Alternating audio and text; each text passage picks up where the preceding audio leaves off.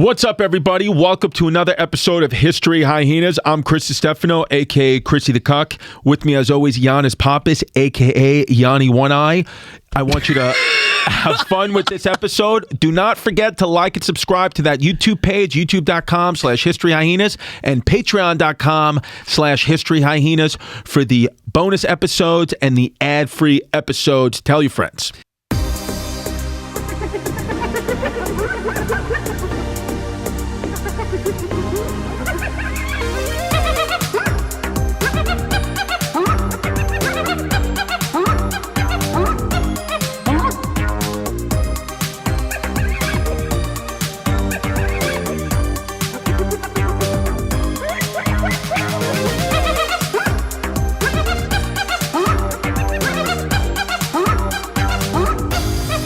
All right, guys, I'm back on the road every single Thursday in New York City at New York Comedy Club, 6 and 8:30 p.m. shows. Go to christycomedy.com for Tiki Wikis. And then in late June, I am at Stamford Comedy Club. And then August, we are at Atlantic City Comedy Club. More dates coming, christycomedy.com. Yeah, we're sticking around. We're trying to stay away from planes, so you can see me this weekend, May 2nd, in Emmaus, Pennsylvania at the Emmaus Theater.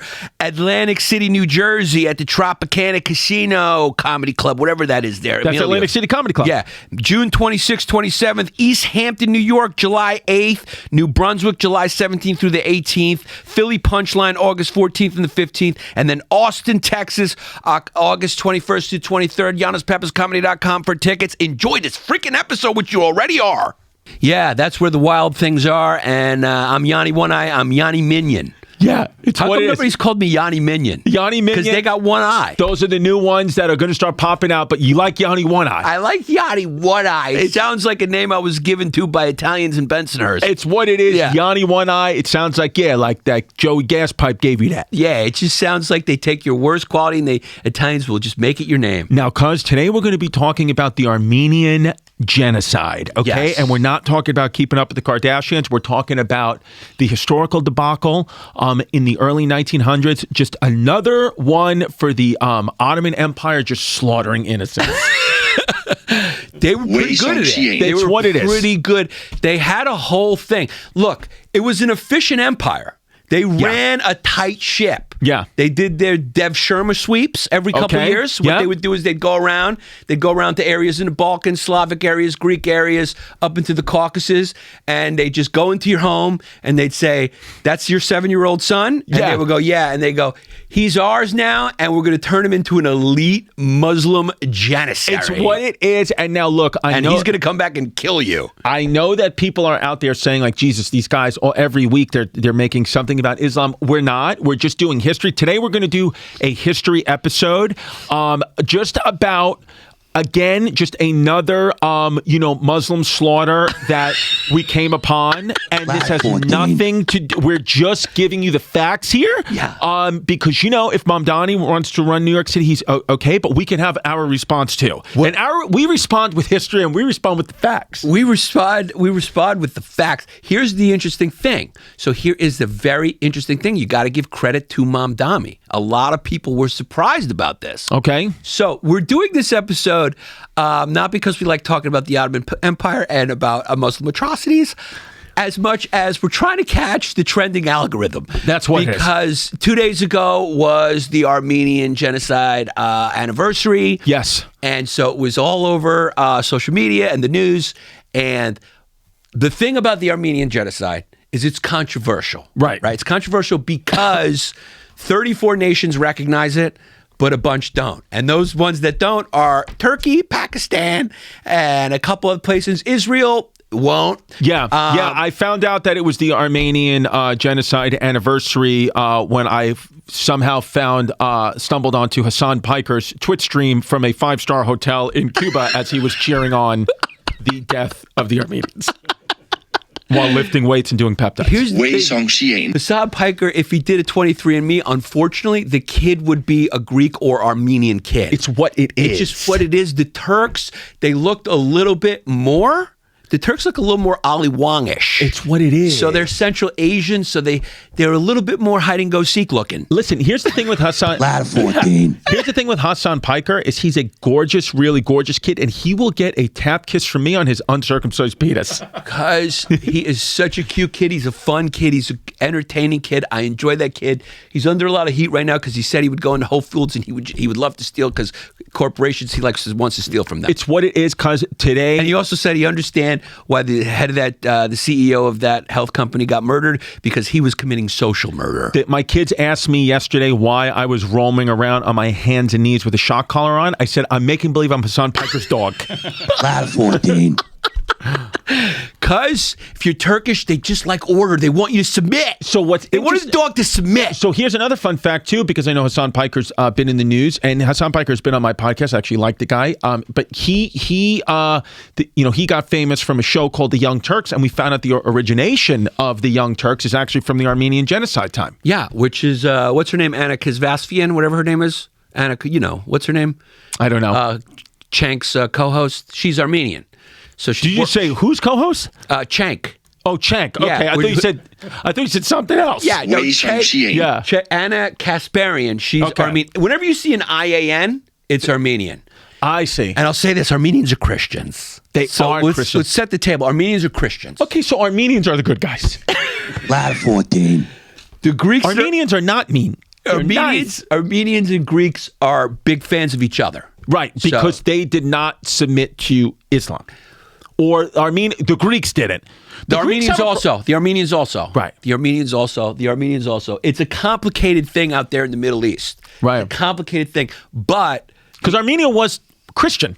Armenians are Christian. They were Christian. They all lived in the Ottoman Empire. The Greeks, the Armenians, it was all Ottoman. They conquered everything. Yeah. Right? And then they had the millet system, which meant you can keep your religion, but you can never bring charges against a Muslim. If we want to come in your house and take your son and turn him into an elite Muslim fighter who's brainwashed and becomes a Manchurian candidate and comes back and kills your village, that's our prerogative as well. We'll do that every couple of years. Right. Also, if your daughter is attractive, we might take her to and throw her in a harem. Yeah. Now that part I understand because I would have done the same. Now also too, they just updated that. They also can hit the prayer rug in your driveway after they drop off the Uber Eats. That's part of what is allowed under Sharia law. And if you want to hear all about that, go to patreon.com/History Hyenas. We now have a court case on our hands. That is one of the best episodes we've ever done. It's based on a true story that happened to one of the co-hosts you're looking at right now. Yeah. So this is the Ottoman Empire. This is the Malay system. So if you were Armenian or you were Greek, you had to pay a tax. Okay. Right? Some would call it a protection tax. A jizya. They called it a jizya. It was a protection tax, was what they call it.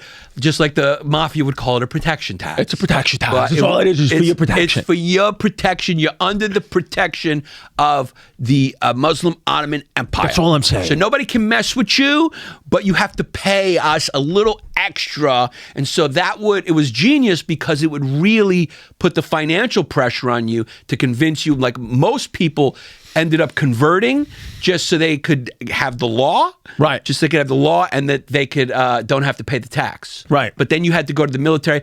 But then the Ottomans would make you change your name. They'd make you change your name to a Turkish name. The total Turkification. So, like, what would be like changing to like a Turk name? They'd change it to like Hassan Piker from like Papadoulis. So, if your name was Yannis Pompous, what would your Turkish name be? Hassan Piker. Hassan, it would be Hassan or Mehmet or Mahet or Mahidi, something like that, and you would change your name. So, actually, and this is just the truth, the majority of Turkey now, which is the nation state of Turkey that grew out of the Ottoman Empire, what was left of it after the borders receded after World War I, the majority of the Turkish population is converted Greeks, Armenians, Assyrians, and Anatolians, there was different tribes of Anatolians. Wait, Anatolians are Turkish. They're from the area. They're Turkish now, but originally they were just tribes of people that were living in there. So I'm just going to add, just to keep it simple without saying names, just you know what I mean. Good guys and bad guys. Are the Anatolians the good guys or the bad guys? So that's the only way I could see it. Good guys. Anatolians are the good guys. Anatolians were the good guys. Okay, so that, just break it down. We got the Hall of Justice and the Legion of Doom. Yeah. So the Anatolians are the good guys. So just tell me, because my brain's a little slow because the ketones wore off. Anatolians are the good guys. Anatolians are Luke Skywalker and his people and the Jedi Knights, and then you got Darth Vader and that guy and the Death Star. So just so I know, so when we say Darth Vader and the Death Star, just in this situation, Darth Vader's wearing a turban. Ladder 14. They're covered. That's just what like it is. Darth Vader. There's something over his body. It's just what it is. He's just fully clothed. Yeah. So you had the Anatolians, and that area used to be the Byzantine Empire. So it was all Christian. Guys, Syria so was all good guys. Christian. Egypt was all Christian. All Christian Europe, Christian Armenia, Yeah. good guys all over the Middle East. Good guys all over the Middle East. Now, we're not going to sugarcoat it. The Byzantines also didn't just ask you to convert sometimes. Right. Sometimes they said, you're worshiping. You have a leaf over your dick and you're worshiping, like you said. Yeah. You got a leaf over your dick and you're worshiping some fucking tribal god. Well, now it's Jesus. So now it's Jesus. So the good guys could do bad things. The good guys could Let's do just be bad honest. things, but they were still the good guys. But they were still overall good, but they did have bad moments. Yeah, their prophet was a guy who preached peace. He wasn't a... It's what it is. Just bleep that. You got to bleep it.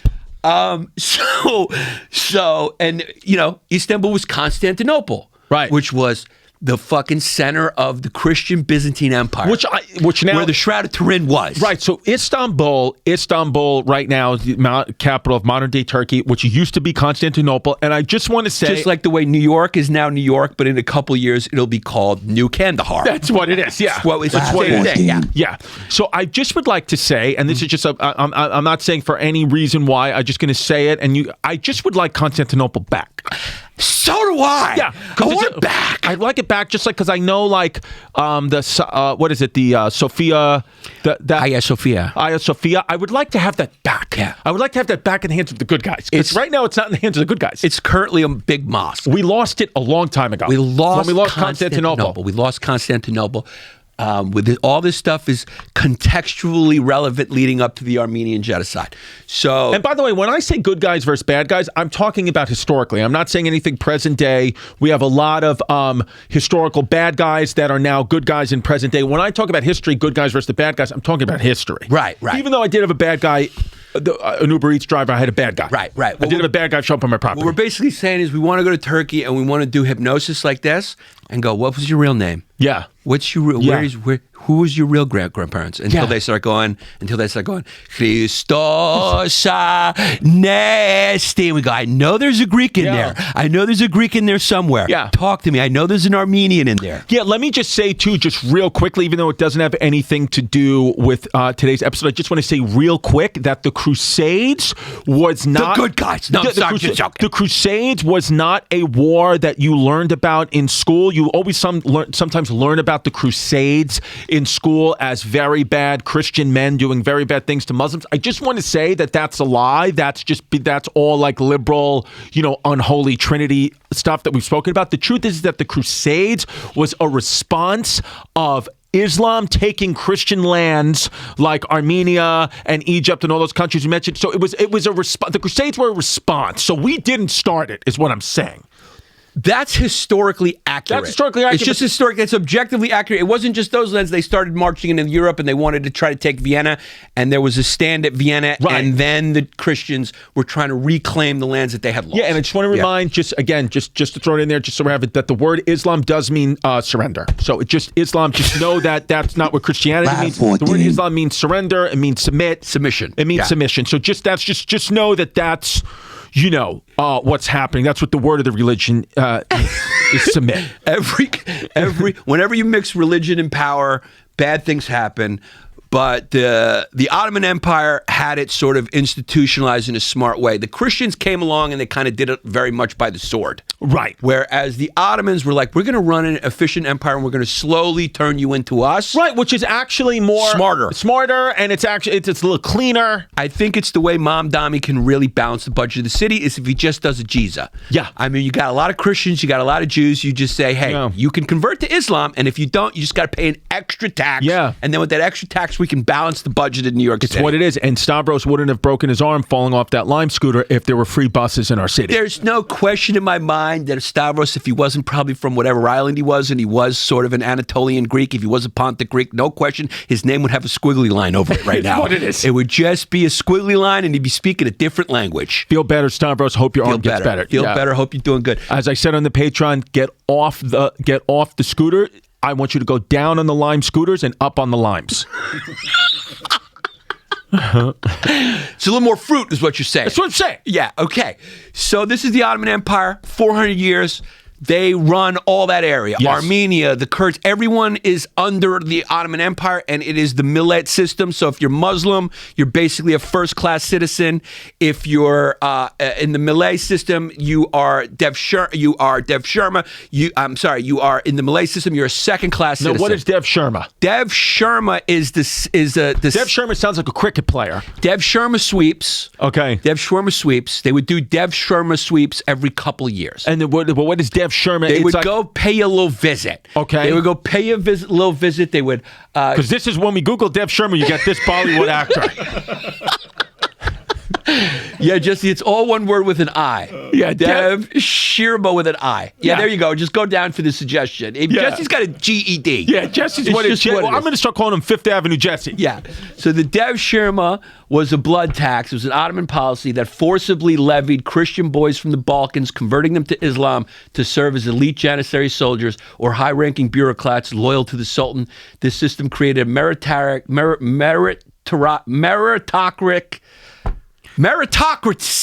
Yeah. Ruling class separated from family ties that powered the empire's expansion. So in other words, because Christian boys from the Balkans, if you were alive in the 14th to 17th century, you would have been a Janissary. I would have. It was up to them. Because you're a Balkan boy. Yeah, I'm a Balkan boy, big. So if you were Slavic from Bulgaria or, Romania or Serbia Right. or Greece or any of those areas, all the way up, they loved the Caesarians, which are a Caucasian group because they said they had beautiful women. That's where they loved to get their sex slaves. They Right. loved the Caesarian women. With the white women. They loved those. They loved those like Russian-looking women. They loved them, but they also liked the Greek women, and so they would do the Shrema sweeps. Were when they were coming.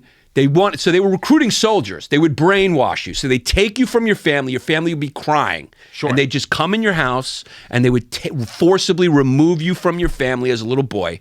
And they would take you to Istanbul. They would force you to convert to Islam. They would raise you Islamic. Right.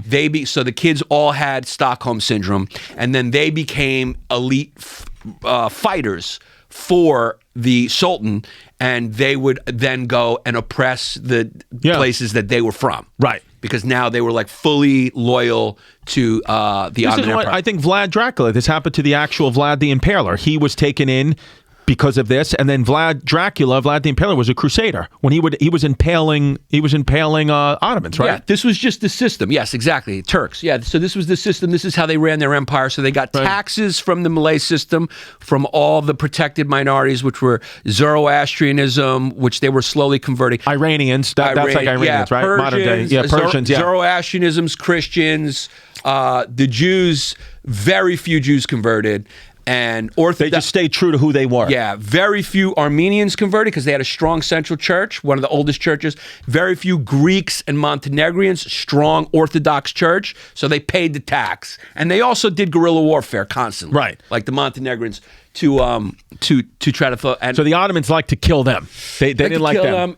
But a lot of Greeks and Armenians and Assyrians who were also Christian converted in Anatolia, which is the area basically of Turkey now, right? It's like it's called Anatolia, that area, right? So you had, and then there was like little tribes there that they also converted. So we'll call that for right now. We'll call that the nice part of Turkey. Call it the Death Star. Yeah. Well, no, not Anatolia, right? Because that was the nice part. Well, no, Anatolia was like the main area. Right. So the Turkic warriors, they were basically like Mongolians. Right, they were hired by the Arabs first, taught to fight by the Arabs, and then they came and conquered.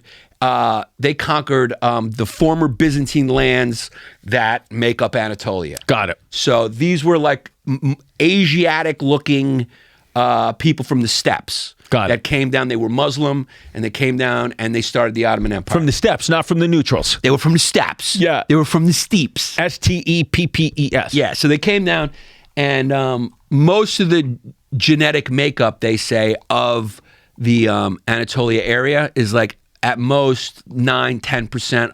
Most of them have zero Turkic in them. Like, thank God I have none. But You're positive. But yeah, you did a clean sweep? I did a clean sweep. No Central Asian DNA. Okay. No Central. I am an Anatolian Greek, and I am a Minoan Greek from Crete. Yeah.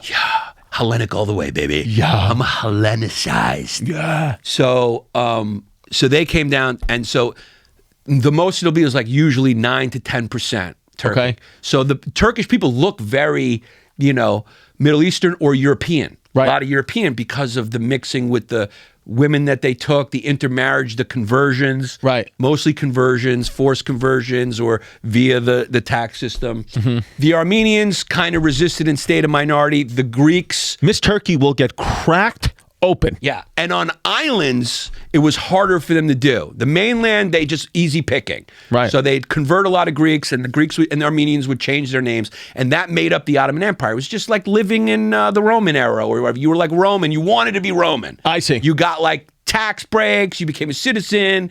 You want to be a U.S. citizen. Yeah. If someone raped your daughter, you could go to court. Right. Like if you were not Muslim, you couldn't just go to court and go, hey, this Muslim guy took my daughter. They'd be like, yeah. Yeah, that's what it is. Because you're a Greek. Yeah, hello. So it's just what we do. Look at my helmet. I'm from the Death Star. Look at what I'm wearing. Yeah, you're just asking why a fish swims. Yeah. I mean, I'm in water. Yeah, hello. So hello, that's what we do. Yeah, look at my belt. It's just severed Christian heads around my waist. Yeah. Which is what we do. So they were discriminated against constantly, the Armenians. Then For years, for hundreds of years. Hundreds of years. So then we have World War I. Right. And the Ottomans side with the Germans. Now you may change your opinion. It's what it is, yeah. Yeah, I saw a couple of videos that I think we posted on History Hyenas or you posted on the Instagram of a Ottomans. I just get nervous when your hand goes like that. Right. Yeah. Ottomans. Yeah, I'm more comfortable up here. 3/4, I'm not as comfortable. Yeah. I want it down here or up here. Yeah. Yeah. Because nobody ever did this salute. Yeah, that's me. That's me. So the Ottomans were Muslim Nazis. They have them. There's video footage of them hitting the prayer rug with full Nazi SS uniforms on. Yes. Yeah. There was. Those were Croatians. Those were Croatians. Croatian Muslims? Croatian Muslims that sided with the Nazis and fought there with was the Nazis. Ottomans. No, the Ottomans. Ottoman Empire was over by World War II. Good point. Yes, Yeah. we're talking about World War I. We're talking about World War I. So this is the World War I. This is the German helmet that had like looked like a dick on top. It had a little piece up Yeah, there. yeah. It had a little piece. Yeah. And so they sided with them, and then that side lost. So the Ottoman Empire was like hurting, and it got beat, and the British were in there. And then This is the first in 400 since the 14th century. This is really where the Ottoman Empire is starting to take a beating. This is where the Muzzies things started to turn on the Muzzies. This is where the good guys start to win a little bit. This is where the artillery that Europe has a little stronger than what they got going over there, and they start to win a little bit more. Let's just say, I was about to say we, but I said they. Let's just say this is the first time in 500 years, for whatever reason, Jesus had to send in the boys. He sent in the boys. Jesus started making a little bit of what we call a comeback. It's what it is. He was down. He was like, 3/4, we're down 15. Yeah. But guess who we got on our team? Yeah. JC. And JC's got a fucking sweet jumper, knows to fucking move without the ball and get open. It's what it is. Yeah. Cuz Yeah. if you got better things to do than sit in the doctor's office talking about your hairline, then I need you to start doing Hims hair loss treatment. We really, really believe that this could help you. Yeah. Okay, we do. Because listen, it's really good stuff. They got 10-in-1 shampoos, random advice, expensive clinic visits. That's not what you want. Right? You want Hims cuts through all that, Chris, with real, trusted treatments that are 100% online. Cuz think of Hims as your digital treatments front door that gets you back to your old self with simple 100% online access to trusted, real health concerns all in one place. I want you to have nice hair and I want you to have a nice penis. Wait, are you telling me that this is Dr. Trusted Ingredients? That's what I'm telling you, cuz, and I'm a doctor of physical therapy. So it's finasteride and minoxidil that can stop further hair loss and regrow hair in as little as 3 to 6 months, I promise. Cuz finasteride is yummy, yummy in my tummy. Yes, find the right hair regrowth treatment for you. Get your subscription, access to 24-hour provider support, and one-a-day treatment options right now, all online. You don't have to do any doctor's visits. For simple online access to personalized and affordable hair care for hair loss, ED, weight loss, and more, visit hims.com/hyenas. That's hims.com/hyenas for your free online visit. hims.com/hyenas. Featured products include compounded drug products, which the FDA does not approve or verify for safety, effectiveness, or quality. Prescription required. See website for full details, restrictions, and important safety information. Individual results may vary based on studies of topical and oral minoxidil and finasteride. All right, cuz. Yeah. Look, we both got dogs. We do. Okay? We want to keep our dogs healthy. We want to keep them cute. So what I've been doing is in Josephine, my Siberian Husky, I've been putting a little Rough Greens dog probiotics in her food, and she loves it. Oh, cuz I love Rough Greens. They also give you treats. Yes. They give you a nice little starter kit. They sent it to me. There's some nice little treats I also give, and I sprinkle it now because why not? Why not have a healthier dog? Why not? And I've seen my dog doing so well. I've even started putting some of it in my smoothie. Why but we don't not? recommend that. We do not recommend it. It's for dogs. Okay, so traditional dog food is shelf stable for years because it's lifeless. Rough Greens brings the nutrition back, packed with live vitamins, minerals, probiotics, digestive enzymes, and omega oils, Chrissy. Yummy. Yeah. Dog food is dead food. Dr. Dennis Black's incredible background. Dr. Dennis Black, he probably started Rough Greens with his pit bull, was created by naturopathic Dr. Dennis Black. He's a 40-year cancer survivor and has been helping humans and their pets for over 25 years. Yes, it isn't dog food. It's a live nutritional supplement. You just sprinkle it on. That's what I do. Yeah. You add it to your dog's food. You don't have to change your dog's food to improve your dog's health. Just add a scoop of Rough Greens. It's that easy. Don't change your dog's food. Just add Rough Greens. Rough Greens is offering a free Jumpstart trial bag. You just cover shipping. Use discount code HYENAS, HYENAS, to claim your free Jumpstart trial bag at roughgreens.com. That's RUFF greens.com. Promo code HYENAS. Don't change your dog's food. Just add Rough Greens and watch the health benefits come alive. So the Ottoman Empire is in ruins. They start retreating back. They get very paranoid because the Russians are in there. Russians are Christian. Russians are, fucking with them. The British are fucking with them. The Greeks have their war of independence and fight them. Couple years, the Greeks win, so the Greeks take back mainland Greece. So the Ottomans are on their back feet. They're getting beat, right? They're getting beat. They're in their back sandals. They're in their back sandals. And the Armenians, a lot of Armenian intellectuals in Constantinople, start saying, "Hey, we don't want to be killed anymore. Yeah, we would like that. We would like that. We would like to not be murdered. We don't want to be tortured anymore. We want more equality. We're a persecuted minority and we want a little bit of equality." Wow. And the Ottomans go, okay, well, we'll cut a deal with you. We'll kill you or we'll kill you. Yeah. So that's the deal. And so what we're going to do is we're going to accuse you of conspiring with the Russians. Again, availability bias. It probably happened a little bit where the Russians work with the Armenians working with the Russians a little bit because they hated the Ottomans. The Ottomans had a bit of repression them. But overall, the intellectuals were going for equality. Like they were trying to say, hey, now just make us equal, right? And the Turks were like, a boy named Ataturk came along and the Young Turks. Right. And they were like, we're going to create a nation state, an ethno-nation state of Muslims. That's for Muslims, and Armenians are not a part of this state. This is for Muslims. These are the Young Turks. Right. Remember, Israel's unique. Nothing like this has ever happened in the Middle East ever. Right. It's just Israel that tried to create an ethno-state. That's it. The Muslims never did it. Right. Even you look at all the Muslim countries now, you go, they're all religious ethno-states. How did that happen? Right. I don't know. Right. I don't know how it happened. But Israel's the only ones in the Middle East who've done this. Just remember that. So who are the names of the Young Turks, Jesse? Can we do you know them, Yanni? Yeah, it's Hassan Piker, and Hassan Piker. That's what it is. The Young Turk, this Young Turk revolution starts in about 1908. 1908 they start. They reinstated the Ottoman constitution. So this couldn't have felt good for the Armenians. Right. So the Young Turks...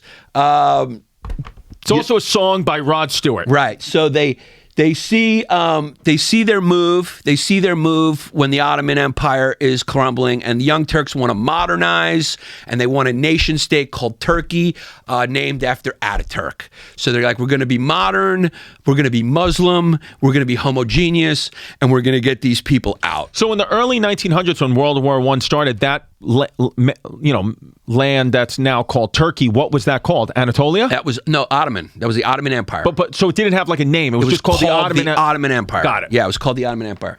So guys like Talit Pasha and Enver Pasha, right?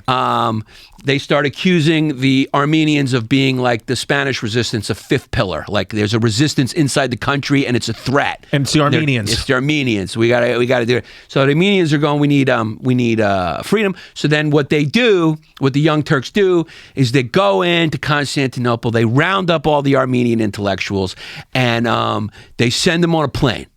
Okay. They send them on a plane into the sky. They had planes back then? Well, into the sky. Oh, right. They put them into the sky. So they started slitting their throats and throwing them in the river is what they started doing. They started getting rid of them. Yeah. They started getting rid of them, and then they said, we're going to deport all the Armenians. We're gonna get them out. Right. And so what they did was they said, we're going to march you out. Right. We're going to organize, collect all of you, take your property. So it's very similar to, I know what people are thinking, like, oh, we're deporting innocent people. That we here today call that ice, but they called it sand. They called it sand. So it was the sand. We're sending you to the sand. We're sending you in the direction of Syria. It happens to be a desert out there. It's a one-way ticket. Right. We're telling you that we're relocating you, like we're moving you out, but we're sending you into the desert. Right. Where like it's just, you're going to die. It's going to die, yeah. So it was a death march. And out there, even though I'm fully on the Armenian side, out there in the middle of the sand, it's hard to tell who's who, because especially when sandstorm picks up, everybody kind of just looks like a chicken cutlet waiting to get fried. That's what it is. Yeah. That's what it is. Yeah. So they marched them out, and on the way they would pluck them off. They'd start shooting them, whatever, or they'd line them up and bang, bang, By bang. the way, not just men, women, children, all of elderly, them. Women, children, everyone. Think about this as the Holocaust for Armenian people. This is, if you were Armenian, it was the Armenian we're talking about 1.5 million people. That's almost all of every Armenian on the planet. Yeah, I mean, it's just like all Armenians. There's 1.5 million of them.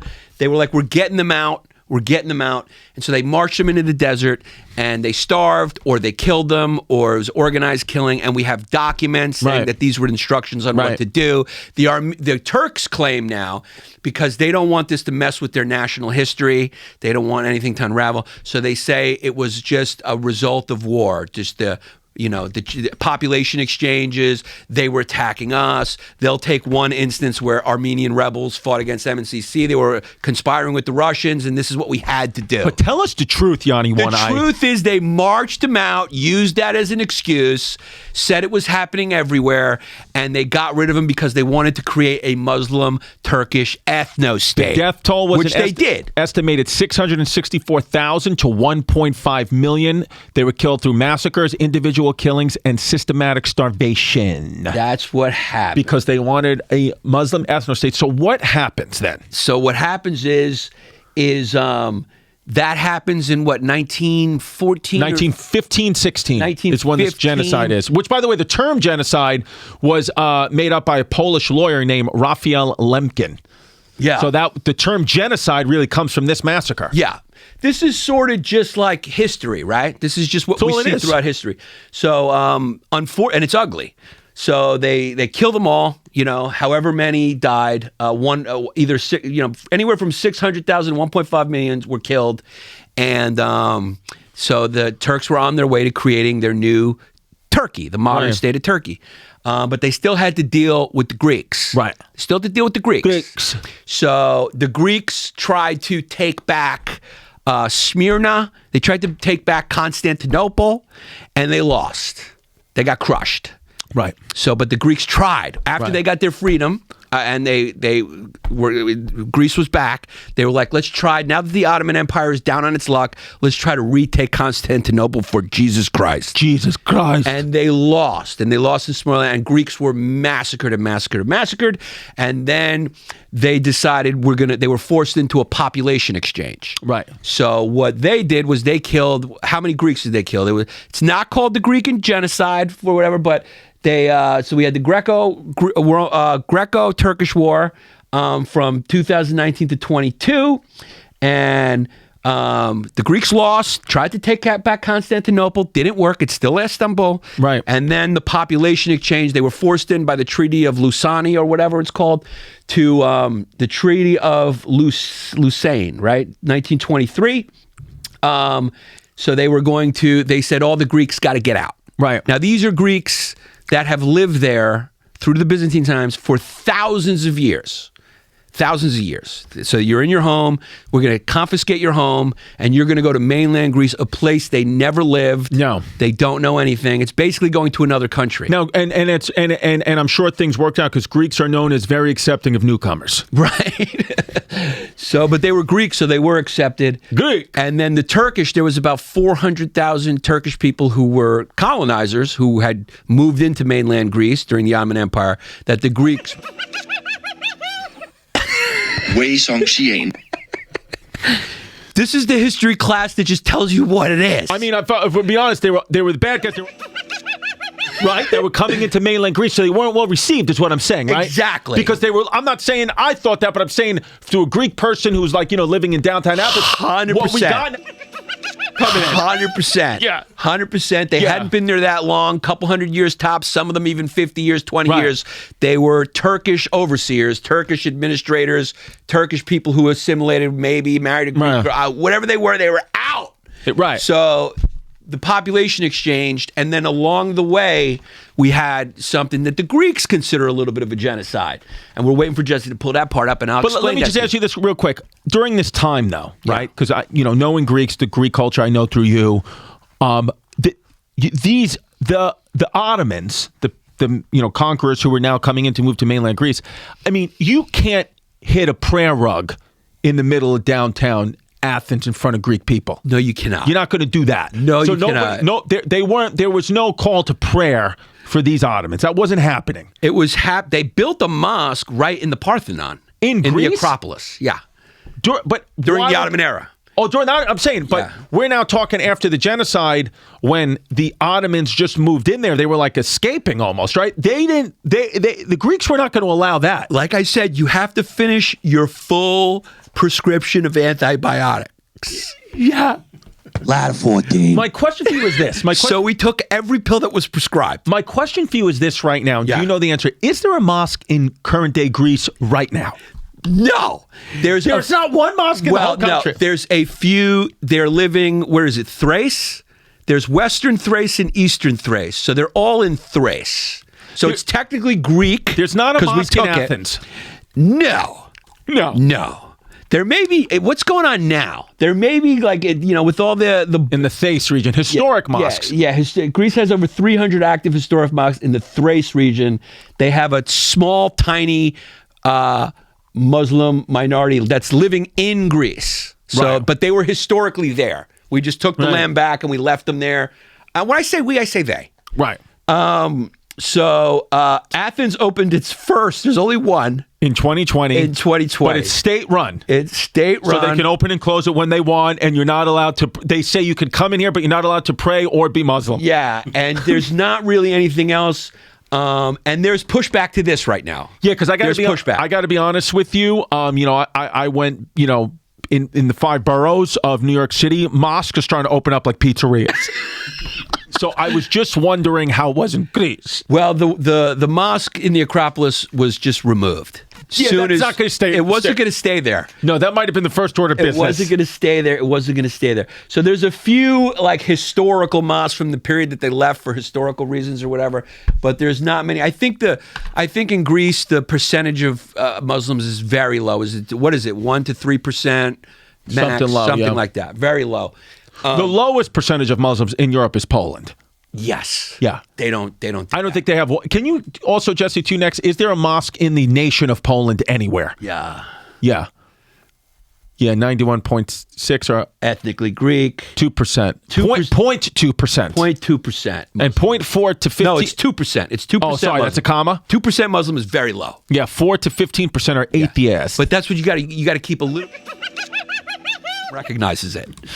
We're just kidding. We're having a joke. We're joking around. Yeah. It's at the firehouse what they say. Yeah, that's just what it is. That's what they say. Just for the immune system. You want to remind the immune system of what we're dealing with. Oh, wow, there are mosques in Muslim prayer places in Several. Poland. Interesting. Oh, there's only 17. Yeah. There's 17. Poland's a pretty big country. So there's only 17. Yeah. Yeah, that's what it is. I mean, there's 17 on Nick's Muslim block people, in Astoria. good people. Listen, they're good people. Most people are just, most Muslims are just.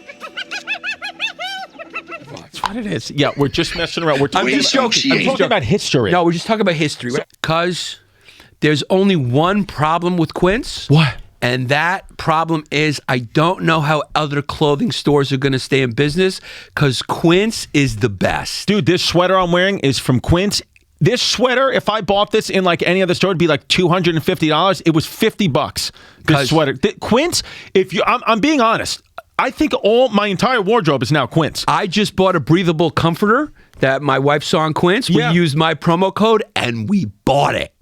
Quince is dope. Get the app, I'm telling you. Use our promo code if you see anything you like. It's got so much high quality, good clothes that I am using it to shop with my own promo code. That is the truth, my friend. Because the best part is the prices. I think they're 50 to 60% less than similar brands. How? Because Quince works directly with ethical factories and cuts out the middleman. So you're paying for quality, not brand markup. Everything is designed to last and makes getting dressed easy. Okay? All you got to do is go to quince.com/hyenas. You're going to get free shipping, 365-day returns.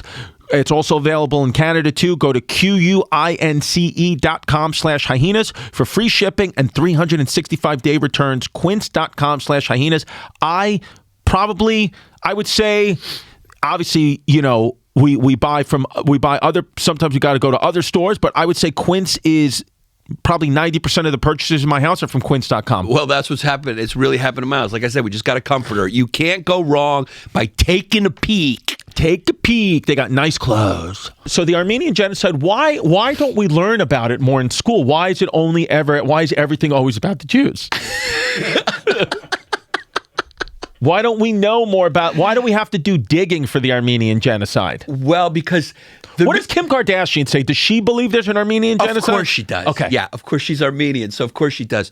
Like I said, almost all historians say it happened. We have the original documents that confirm that it happened. There's a lot of realpolitik reasons why other places don't admit it, right? So, certain countries, Turkey's a NATO member, so it's like... And they're very adamant. Like, the Turks get mad at this. So Mamdani, just to get back to the original point. Sorry, yes. Mamdani issues a tweet on the day as a Muslim guy, and he says, today we're recognizing the Armenian Genocide. Wow. And he goes hard, too. Wow, look what Mamdani just got. A check mark. I mean, people were very happy. Yeah, people were very surprised by the tweet because the tweet was like detailed. And he went, today marks the 111th anniversary of the Armenian Genocide. Now, so for Turks, Muslim Turks hearing this is bad. They're going... I mean, and you could see the comments. They were like, you fake, you two-faced, you're not a real Muslim. So he goes... We mark the 111th anniversary of the American Genocide as we honor the 1.5 million Armenians. Wow, he took the high number. He took the high number, murdered by the Ottoman Empire. I mean, this is wild. Across modern-day Turkey, Syria, and Armenia, we must refuse to let history repeat itself. In 2020, and then he goes even farther, the military forces of Azerbaijan and Turkey attacked the Armenian population. This is happening now. Right. So what happened was Azerbaijan, which is Muslim, took land from Armenia. Like, they lost land, like they had a war. Yeah. Unfortunately, Azerbaijan is militarily assisted by Israel. Israel has given them the upper hand over Armenia because Israel views Azerbaijan, who are Shia, but they have problems with the Shia in Iran, so they like to bolster Azerbaijan against Iran because they're right there. They can spy right over to them. Even though they're Muslims, they're the other team of the Muslims. They sort of Israel national doesn't problem. like the Shiite Muslims, but the Shia Muslims. No. They're all Shia, but this is, it's not just Shia. You got to remember, this is the power of nation states and jostling in the area for power. So Azerbaijan and Iran have problems basically about land and resources, things like that, but they're all Shia Muslims. So, but Israel picks Azerbaijan, and unfortunately, Israel helped Azerbaijan do this to Armenia directly by giving them weapons, because Israel gets cheap oil from Azerbaijan, and also Azerbaijan has a problem with Iran, so they're utilizing that. So it's just Israel's looking out. It's Israel looking out for Israel, which is like what's new, right? Right. So Armenia has, so he's acknowledging that. That's probably why he did it too, because he knows that the Israelis are with the Azerbaijanis. And my point is, it's a complicated neighborhood. There's a lot of stuff going on. Israel moved into the hood. Right. It's a bad, like, if Israel wasn't there, there'd be ethnic cleansing and genocide we're all comfortable with. Do you see what I see is this from these tweets and all this explaining, and you got to tell me about this group and that group and how one's posturing and jockeying for the other? Choose Jesus Christ. It's a lot easier. And Jesus, you don't got this problem. And like we said on the Patreon, if you want to go where the wild things are on a certain Patreon episode, which was one of the moments that our fans over there loved the most, we just are sick of the old sauce. We like the new sauce. We like sriracha. That's what it is. Yeah, we just don't like your Thousand Island sitting at the salad bar. Yeah. We do sriracha now. We make a good sauce over at patreon.com/History Hyenas. It's a good sauce. And keep your old world sauce away from the new sauce. Now, let's see what some of these comments are, which, by the way, are 99% of them are bots. I think we have to say this now once a month. If you're arguing with anyone, especially when it comes to politics on the internet, you are arguing with a bot. Right. So he go, so do you know what a real genocide looks like? This is from Yehuda Teitelbaum. So it's not, this is not real. Yeah. So they're saying that the Gaza genocide is much bigger than the Armenian genocide. Yeah, you got to do that. You got to tie it to something like that. Yeah. I had heard that the Turks were propagandized into believing the Ottomans didn't do a holocide, but holy shit, I was not expecting this comment section. Why are we remembering the actions of foreigners in a foreign country? It's unfortunate. Once you see the squiggly lines, that's what you see. Those are the squiggly lines. Those are the squigglies. Once you see the squigglies, you know it's unfortunate. The popular mayor of New York, Mr. Mondami, allowed himself to be instrumentalized by radical Armenian lobbies by repeating the distorted claims about the events of 1915. Okay. So these people are saying that they blew it out of proportion. There was no genocide. Yeah, holy shit. You actually said something of actual importance.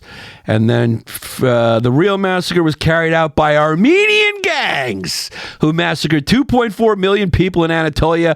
The Turks opened their archives. The Armenians refused. Armenians have to apologize to the whole world, but especially to the Turks. Yeah. So, listen, Israel is doing the same thing. Right.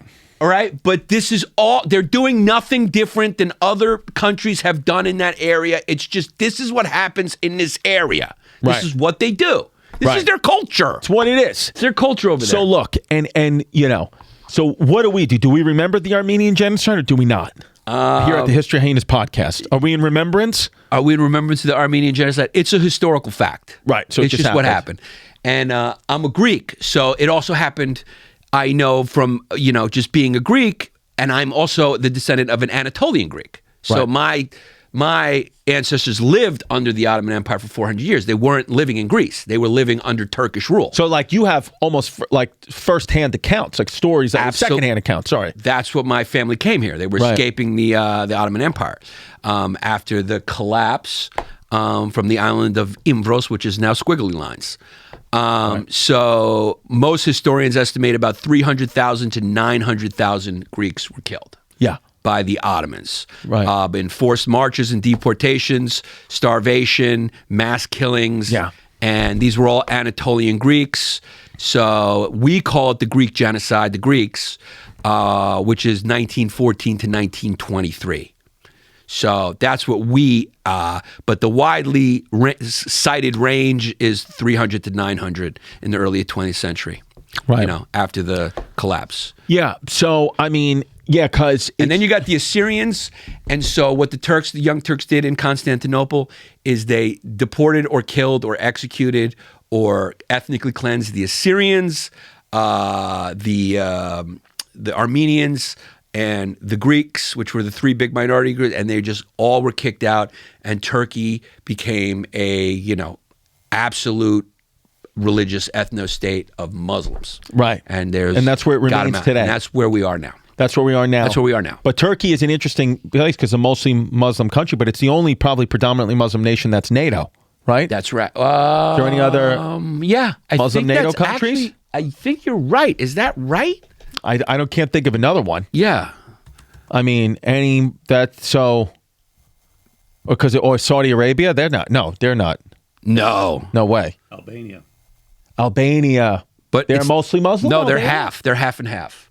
The Muslims are half and half. Albania is interesting because it's half and half. Right. It's literally like... They're calling here a Muslim majority. Yeah, but not by a lot. Check out what the percentages are. And while you do, I'll tell you. Interesting. I have Albanian neighbors that are Muslim. Yeah. These are the countries that do not support it, that do not recognize the Armenian Genocide. Turkey officially denies. Says the official position is death occurred during war, not a planned extermination. We have primary documents that say otherwise, and evidence. And obviously the Armenians know. Azerbaijan supports Turkey's stance, influenced by regional conflict with Armenia, like I just told you. Then you got Pakistan, which you can always rely on them. Yeah. They deny that it happened. Okay. Israel, it's debated internally, but not formally recognized by Israel. Okay, but we know why they're doing that. We know why they're doing that. Some countries in Central Asia, where the Turks are from, they don't like it. Parts of the Middle East and Africa reject it. So everywhere else accepts it. Over 30 countries, 34 countries formally recognize it. United States formally recognizes it. I think just recently, because we were sensitive with Turkey, because Turkey was our ally, and we have our bases there against the USSR. So the United States. This is a big deal for the Armenians. This is a big deal for the Kardashian family. Right. The United States officially in 2019 recognized it. So it was not long ago that they officially recognized the Armenian Genocide. So it's what it is. It's what it is. So it just passed, and it's still a hotly contested issue. And that's just what it is. It's just what it is. It's just what it is. I mean, if you look at the Middle East, before Israel, there was pogroms in Iraq against the Jews. Right. And then after 48, their property was confiscated and they were kicked out of all the Muslim countries. It's just what it is. All those countries are also pretty much religious ethno-states. It's the Middle East infection. It's what it is. It's It's what it is. I mean, so, when you're watching the NBA playoffs tonight, think about the Armenian genocide. Think about the Armenian genocide. And like we say at History Hyenas, Armenian women are welcome. They are welcome. They are smoke shows. We are release the babes of Armenia. And a lot of them probably have bushes, and I'm mostly into that lately. I've been watching a lot of porn with full bush. Yeah, and the Armenian chicks, listen, if you're African American, you want to release the babes of Armenia because they're coming to you first. Yeah, they seem to really like to go that way. Yeah, they're beautiful women, and they're gorgeous. And their men are usually short, fat, and hairy, right? It's what it is. Any hot Armenian guys, if you could just send us pics at the History Hyenas Instagram or patreon.com/History Hyenas or at Christy Common if you could DM me hot pics of yourself if you're a hot Armenian guy. Shout out to the Armenians. We recognize the Armenian genocide here at the History Hyenas.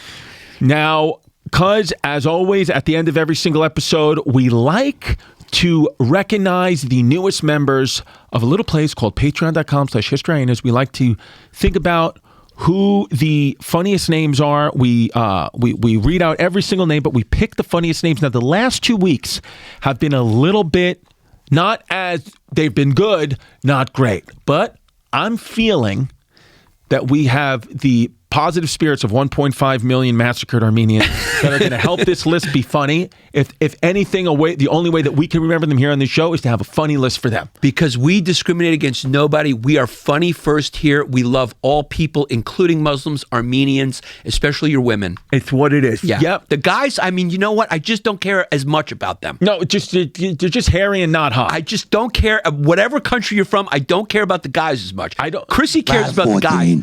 I don't care about the guys. I don't want to look at you. Yeah. I just want to look at your ladies. If you want to ask me where the hottest guys probably live, I'm going to say probably Montenegro and Italy are the hottest guys. That's a good call. Yeah. That's a good call. Because Latin Swedish guys are not, Swedish guys good looking. Swedish guys are hot too, and Yeah. they have no fumes. Nigerian guys are good looking. Yeah, they're jacked too. I mean, yeah. If me and Jazz ever don't work out long term, I want to have sub-Saharan African wife. That's what you want? Yeah, because a lot of them are Christian and they listen. All right, here we go. Ladder 14. Yeah. Kyle I thought you wanted to go Asian for that reason. No, but I've been thinking about it lately. I'd like an African wife. You do? Yeah. Okay. Robert De Niro? Yeah, so what I'll have to do is, and because she's going to want to have kids, what I have to do is I'll have to stop taking TRT. Yeah. Because it shrinks your nuts and you become infertile. But what I can start doing is taking a little thing called HCG, which will get my cum back. Yeah. So it'll get me pumping back with my swimmers. I figure if I ever had to have a black wife, I'd have to get a penis extender just to get past the cheeks. Yeah, it's what it is, Ladder right? 14. Yeah. Here we go. Kyle Claxton. Then we got Epstein Island Cleaning Service. He was going for some. It's just not there, right? Yeah. It's just not there. Steven Nunez. Tucker Carlson is an FF. Then we got the spot on my ham candle with no feeling, a.k.a. my Tenus Weenus. Okay? Going for some. Then we got Sandra D. Foot Fetish, a.k.a. Camel Toes. Put him on the list. Put him on the list. There we go. Put him on the list. Camel Toes. Is Camel Toes, very funny. Yep. Then we got How's Your Beam 13. How's your beam 13? Yeah, how's your beam? Okay, I like right. it. I like it. Then we got Asian Caucasian cuisines where two wongs do make it white. List. That's what it is. Bang, bang. Yeah. That's a bang, bang. Then we got lost weight, and now my belly flap is a fleshlight. Kid bangs his own belly flap. Put him on the list. Put him on the list. Why Yes, not? I mean, yes. the fumes in that thing have to be Oh, awful. yes. Then we got Maximilian Lane, Steven Santos. Tigers belong to woods, not onto road. Okay. Dr. Quentin Tarantino, MD certified podiatrist. Okay. Okay. I want Eileen Gu to triple cork 1440 on my face. It's just a request. Yeah. Then we got, can I finance the Tim Dillon episode with a 408 credit score? No, you can't. You cannot, yeah. We have a new one up, don't we? We do. I think we do. At the $15,000 level. Yeah, that's right. Yeah. And it's a real episode. You want to get that Yeah, for 15 it's an grand, actual be real our guest. episode. Yeah, I mean, if some rich guy wants to buy it, it Go is ahead. an actual real episode. Patreon, Greg Milner, Mala, But Bueno. Then we got I'm like Richard Gere, but my gerbils are applesauce. Okay. Putting applesauce in his Yeah. ass. No Dings protest. We had that one already, though, didn't we? Something Or no? similar. Then we got God on my knees and worship Chrissy's peace, so he covered me with the shroud of urine.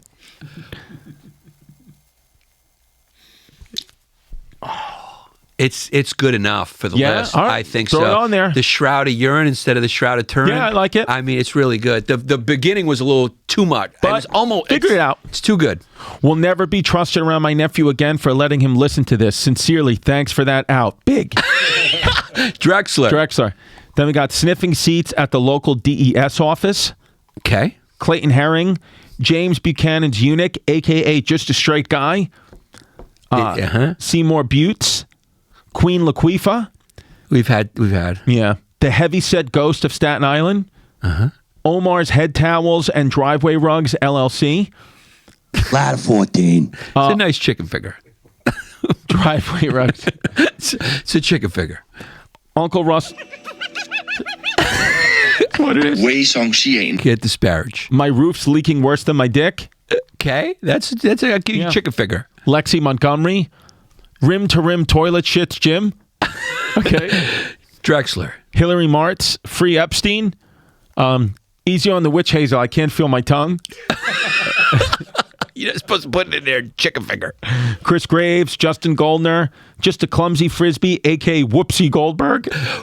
Chicken finger. Okay. Very yeah, I thought fun. that Why, might you have think been- we go Whoopsie No, Goldberg? No, you make the call. No, I think it's more of a chicken finger. Your intuition you is think always it's, right. You think it's going over the wall? Put it on the list. Put them on the list. All right, We're giving them out today. We feel like this is Oprah. This is an Yeah. Oprah episode. Yeah. Everyone gets one. Tyler Bailey, Andrew Aguilera, Muzzy on meth, call me a rug chaser. Okay. Drexler. Dresden Mosh. Yannis, stop exposing O's the magic frisbee, please, for your safety. Drexler. Yeah. Claire Starling.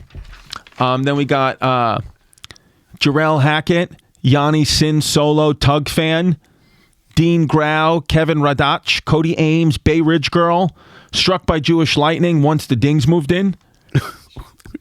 Okay. Flaming Frisbee Fluffer. Fran Moreno, Byron Jones. At what point is it considered a micro piece? Asking for a friend. Put him on the list. Okay, there it is. Yeah. He's actually measuring it out. Yeah. Yeah. Yeah. Very funny. Detonator, a.k.a. Muzzy cell phone. Undebatable, trans cock feels like real cock. Yeah. Put him on the list. All right, why not? It's not debatable. He's saying he went and he figured it out. He solved it's it. undebatable. Yeah. Salvatore Costa, they weren't. Oh, they weren't ovens. It was hot yoga. Jesus Christ. All right. Eric Estrella caught Yanni slurping on Chrissy's skin tag because he thought it was an extra toe. Okay. Cronky 82, Jeff S. blocking the Strait of Hormuz with my ball sack. Eric Folgerman, Mama Taylor rejoined Patreon so Chrissy say my name, not hi. Okay. Yeah, he probably that means he joined when you were on edibles. Yeah. now on THC seltzer. Yeah. Arjun Pariwal, Mom Donnie's new whipping pig. Wait, that's the Booty Boo Award. Yeah, Arjun Pariwal. Booty Boo. Mom Donnie's new whipping pig. Help, I missed the truffles. I have Cash App and I'm not black. A law mandating child support payments. Call it the Leroy Father Bill. Leroy Father He went Bill. Yeah, He went for something. Interesting. It's interesting. Drexler. Sydney Sweeney, please chimney sweep my frisbee meat like a ziti. Kid's got a request. Very Yeah. funny. Yeah. Cold Mexican prison cell. Call it the Ice Cube. Tired of being robbed by homeless guys. Move. Yeah. Such a squeak that when my son was born, the doctor handed me to him. Put him on the list. Very funny. Contender. That's Contender. That's very, very That funny. is a contender. Yeah. Yeah. Contender. It is statistically impossible for there to be no gays in your family. Drexler. And we got Mike Piazza's squeaky side piece. The Mets would have won in 2000 if he ate more pineapple. Okay. Okay. Leroy Jedi, a.k.a. Jesus Christ. Walked into one. 23andMe made me 3/5 the man I used to be. Ladder 14. What do I do with that? It's Interesting. so It's smart. good. What do I do with It's that? smart. It's layered. Nick, you have the most morals on here. What do I do with that? It List? makes it. Yeah, I mean, if you want my Smart. honest opinion, it's a contender. It's a contender. I believe Yeah. it. Then we got Anne Frank's meat curtain. Jesus.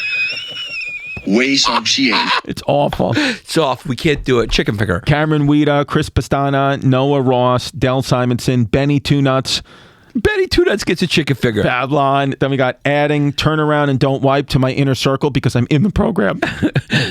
An actual 7-foot Puerto Rican pro basketball player, Matt Lopez, screwed in. Wow. That's maybe awesome. Maybe it's him. It is him. Yeah. Thank you, Matt Lopez. Frankie Fat Fumes. Haley. Grandpa was a Frisbee, but I take the host and have a 3-inch post. Okay. Frisbee on my hairy magnet. Ladder 14. Okay. Do a few more. Yeah. Chris Sadavida, JG, Indian dating app, call it Connect the Dots. Oh, Jesus Christ. Oh. List? It's got to go, dude. I mean, we got to contend. I mean, We have 3 Jesus contenders. Christ, that's good. We can't stop now. Yeah, okay, Yeah. let's just go. We'll finish this, yeah. I think we got too many. But we got to just finish it. Chris Goose Steppin on Yannis's Polyphemus. Okay. Fallen Forks Massage Parlor. T-Finger, Gabby. Wait, you missed one. What? Falling Forks Massage Parlor. What's that? Oh, it's a good one. Falling the noise Chinese massage. yeah, parlor. yeah. It's hilarious. Chicken finger. T-Finger, Gabby, LGBTQ punk band. Walked into it. Hispanic Hispanic, because so I got last night's glue in my hoodie. What it is? I don't get it. Okay. Gay Korean Jew named Suck Dick Jew. Ladder 14. Chip Skylark. Yoga on Chrissy's lawn. Now I'm the HOA's most wanted. Right. Eric Rayleigh. Michael Namenmacher. I hate when they ask for a tip at the dog brothel. Oh, Jesus Christ. Ladder 14. Yannis Kegel Eyes. Kegel Eyes is good. Chicken finger. Michael Rudnick. Because my aunt will tell me about the Lakers-Nuggets game in 03. What is Get it? it? Because my aunt won't tell me about the Lakers-Nuggets game in 03. I don't get it. Kobe thing? Oh, was yes. that 03? That's crazy. Oh, so he's saying that's his aunt. Yeah. It's a good one. Yeah. Landon Browder. Tom, I don't know the latest lingo since I'm on EP 84, and I have to watch them all in order since I'm Franks and Beans. Yeah. Yeah. It's the best way to catch up if you're new. I mean, Yeah. just one by one. You got a long library to go through. Kirsten, Jose No Fumes Perez. It was 03. Wow, so that's a what good it joke. was. Okay. Yeah, good joke. Colt Sarlis. Napoleon Bonaparted Chrissy's ass. Okay, that's what he did. Tossing salad in the mud kitchen. Oh, Jesus. Matt. Jesse's tangerine peel yarmulke. Ways on chain. Yeah, On the list, yeah. We have like 5 contenders. Yeah, I mean, just we got to stop at But some we point. can't. Yeah. Random. Yeah. Okay. Ways on chain. In one. Didn't see it coming. The math does check out. Yeah. Sean Jackson, Devin Pember, Chrissy D, pissy on my knees while Yanni P films me. Devin Pember, Rick James, Anthony Karsten, Connor Andrews, Daniel Gallagher, Pop Lock and Drop It for Sloppy Top from Giannis Pappas, Lisa Sacombe, Alex Bertram, Milk Me, went to the glory hole to get sucked and accidentally got fucked, hashtag Chrissy's wet dream, Jay the Nigerian Peace, a.k.a. the African booty catcher, Wow. Chrissy D, Yanni P, still waiting on my grown-up peen. Okay. Kyle, Big Pauls, Frank Garcia, Steven Escobedo, and last but not least, Dad's a Leroy, Mom got ding-dong ditched. Ladder 14. It's good. Do you want to put it on It's the list? good. What do I do? Nick, it's up to you. We got to go to Nick. I thought we had a ding dong ditch before. Maybe we Yeah, did. maybe Okay. we did. Okay. All right. Win anyway. Drexler's not going to win, Okay, but, okay, here we Drexler. go. So I'll give it to Drexler. Okay, so we got... All right, so here we go. By So- the way, these Armenians that are up there, they're so hot. It's hard like to it's take. hot. It's like yeah. Yeah. Okay. So here's the list. Sandra D. Foot Fetish, a.k.a. Camel Toes. We're going to Drex you. Thanks for playing. You're a legend, but, Michael Jordan exists. Asian, Caucasian cuisines where 2 Wongs do make it white.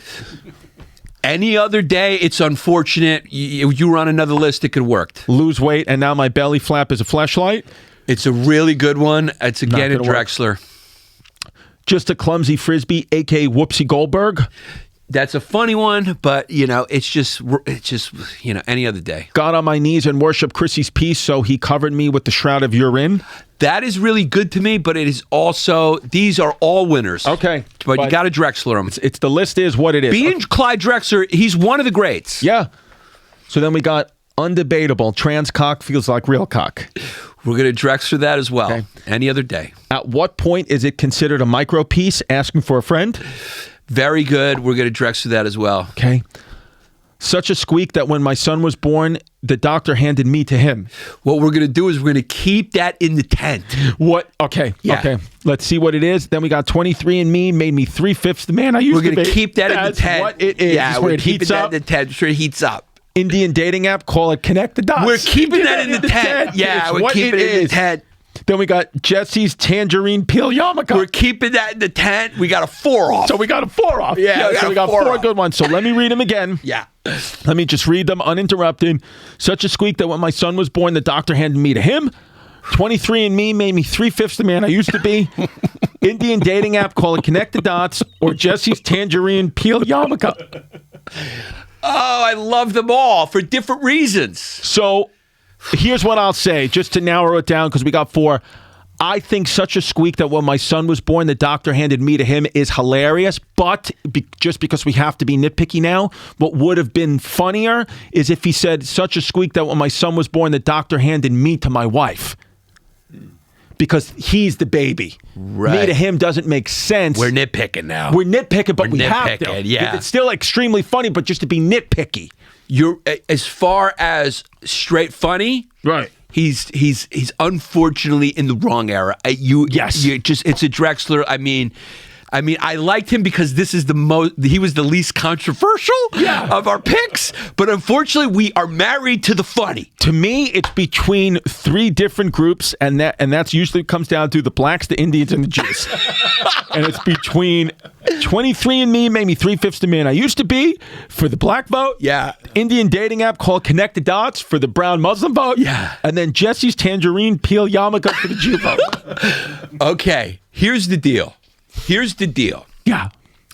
These are all equally funny. I want you to know that. These are all home runs. I want you to know that. They're home runs for different reasons. Right.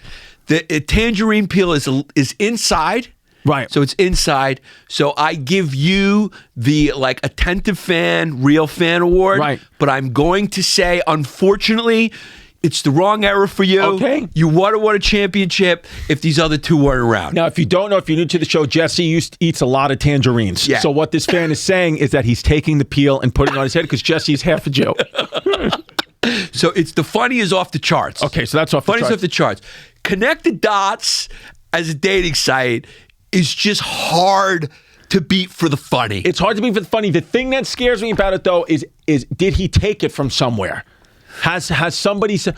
Google right now Indian dating app called Connect the Dots. If we don't find it on the internet at all, I think it's a winner. then I think that's the winner because the 3/5 man one is hilarious. But it's a little edgy. It's a little edgy. But it's also hilarious. Yeah.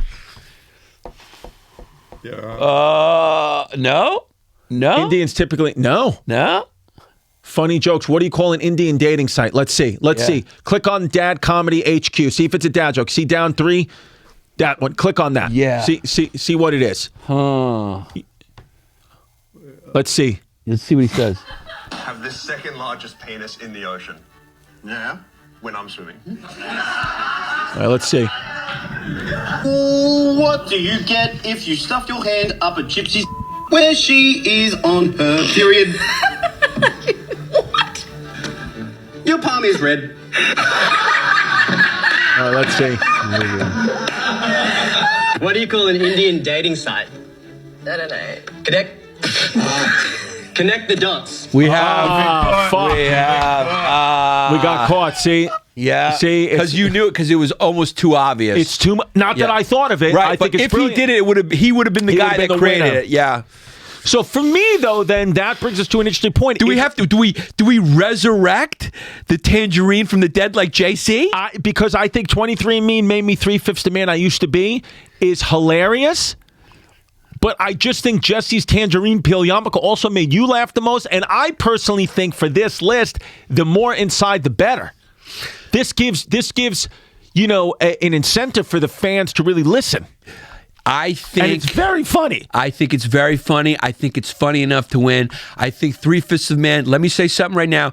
You're a borderline walked into one. I don't know if we can have your name up in lights. That's the thing. We can enjoy you. At the end of the year, you will be in contention for the walk-in one. You are award. in contention for the walk-in one. Tony, please make note.